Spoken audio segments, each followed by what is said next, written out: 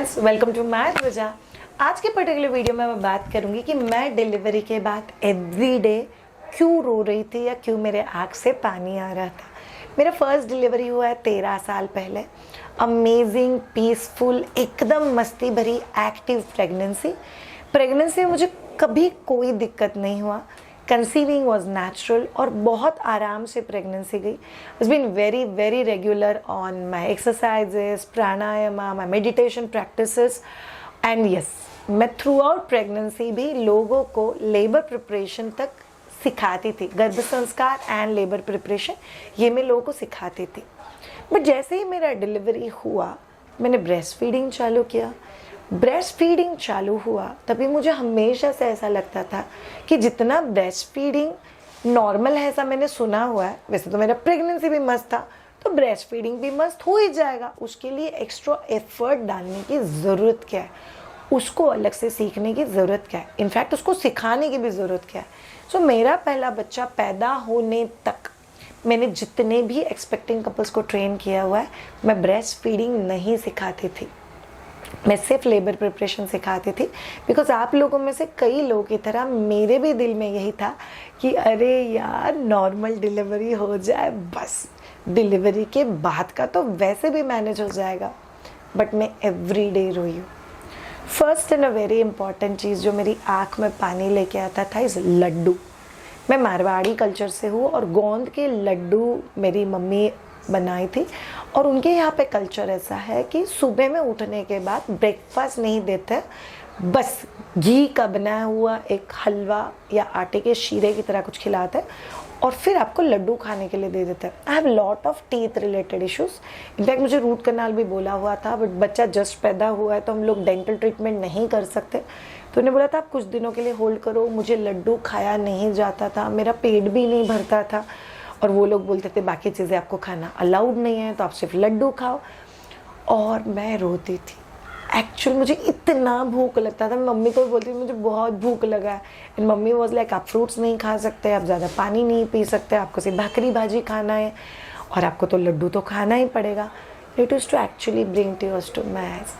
बहुत आगे चल के मुझे पता चला कि लड्डू खाना ज़रूरी नहीं है, लड्डू के इंग्रेडिएंट्स खाना ज़रूरी है, वो आप किसी भी फॉर्म में खा सकते हो। और प्रॉपर ब्रेकफास्ट ये होना ही चाहिए। इनफैक्ट न्यू मदर के लिए एक हाई प्रोटीन डाइट फॉलो करना ये बहुत ज़्यादा ज़रूरी है। वहाँ पे most of us Indian culture में हाई कैलोरी डाइट फॉलो करते हैं। हाई कैलोरी मतलब बहुत सारा फैट, बहुत सारा शुगर, बहुत सारा जैगरी और बहुत सारे स्वीट और लिक्विड प्रिपरेशन, जहाँ पे इनफैक्ट प्रोटीन उतना ज़्यादा पेट के अंदर जाता ही नहीं है। So we need to understand कि हम लोग किस डायरेक्शन में चीज़ें लेके जा रहे हैं। दूसरी चीज़ जिसके लिए मैं बहुत रोई, मेरे मेके में पूरे दिन का मिला के मुश्किल से 1 से 4 ग्लास के बीच में पानी पिलाते थे। बिकॉज पूरा मिथ ऐसा था कि अगर आप ज़्यादा पानी पियोगे तो पेट फूल जाएगा। पर्सनली माइट बी वो लोग भी ऐसे जिनको भी पता नहीं था कि बाबा ये चीज़ नहीं फॉलो करनी चाहिए, और मैं भी तभी पोस्ट डिलीवरी फेज नहीं सिखाती थी। So it was not part of my learning also. और मैं लिटरली कि मुझे और पानी चाहिए, मैं मदर वॉज लाइक बच्चा नहीं रोना, ठीक है 2 घुट और पानी पी ले।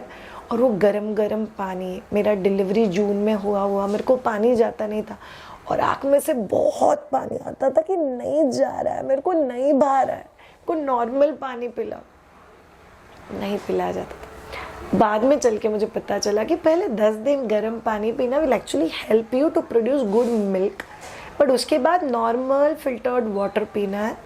वो हम लोग क्या करें, फिल्टर का पानी निकालें, फिर वापस गर्म करें, वापस ठंडा करें, फिर वो पानी कंज्यूम करें। इनफैक्ट ये अवॉइड करना, डबल फिल्ट्रेशन क्यों कर रहे हैं हम लोग। जो गवर्नमेंट का पानी आता है, it has few things which are added to water.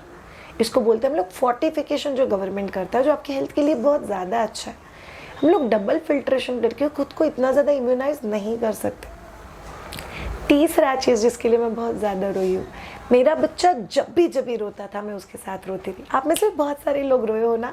सोचो, मैं इस प्रोफेशन में होने के बावजूद भी मैं बहुत ज़्यादा रोती थी। आपको पता है, my self talk was a problem. मैं खुद से क्या बातें करती थी, और यार मेरा बच्चा क्यों रोता है, मेरे से हो नहीं रहा है क्या, अरे मेरा दूध कम पड़ रहा है क्या, अरे मैं क्यों नहीं कर पा रही हूँ। In fact I am not a negative person by nature, but उस घड़ी जो सिचुएशन था, मेरा पति सपोर्टिव है, मेरे मैके की मम्मी, माई भाभी वॉज देयर विथ मी, मतलब माई मदर साइड पापा was there with me, my brother was not there at that time. मेरे ससुराल मेरे घर के बहुत पास, even they used to be like one call and they will come over, so entire family was very supportive.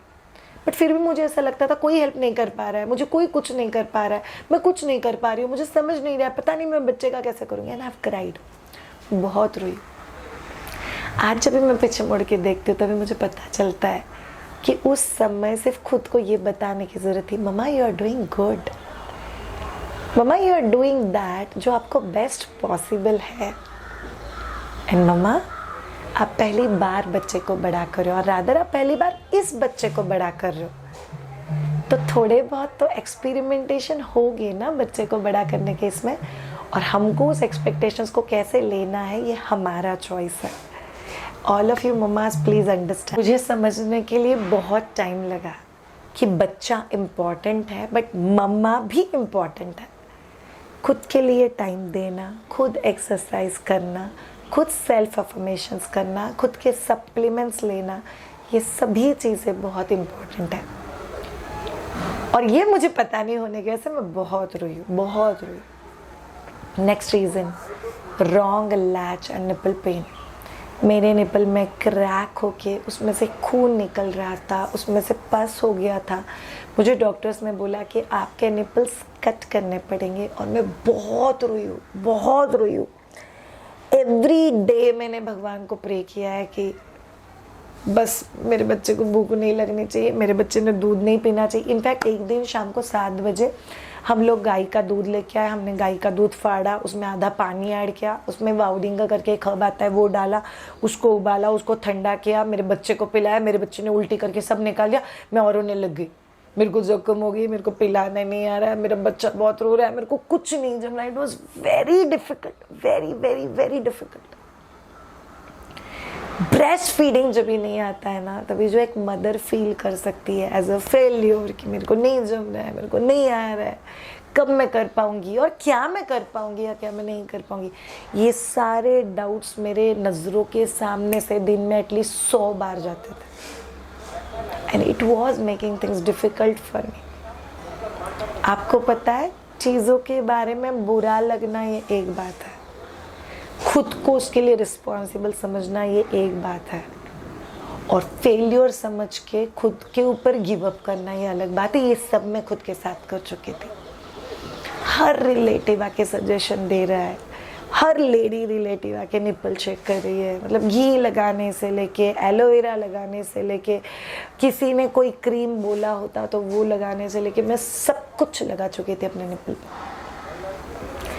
Trust me, breast feeding सीखना और सिखाना कितना ज़रूरी है ये मैं समझी मेरे उस फेज़ में। बट ये मेरे लिए बहुत बहुत बहुत डिफ़िकल्ट फेज़ था, जब भी मैंने मेरे लाइफ में सोचा कि पोस्ट डिलीवरी लाइफ इस हिसाब से अप डाउन होगा।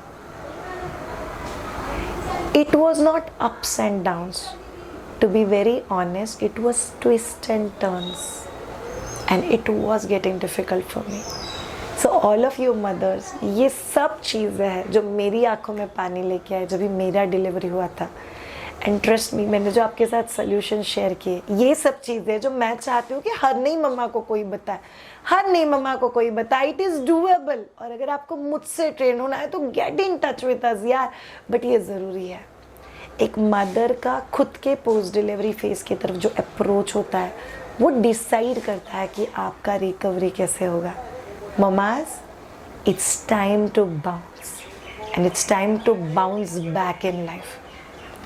एक चीज़ याद रखो, चीज़ें अच्छे से करनी है, बट खुद के सिर के ऊपर बर्डन डाल के कंपल्शन करके मुझे नहीं जम रहा है ऐसे प्रेशराइज नहीं करना है।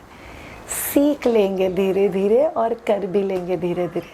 So do not worry, have a great time all of you, take care and keep watching my Dvaja. Have a great time. Bye.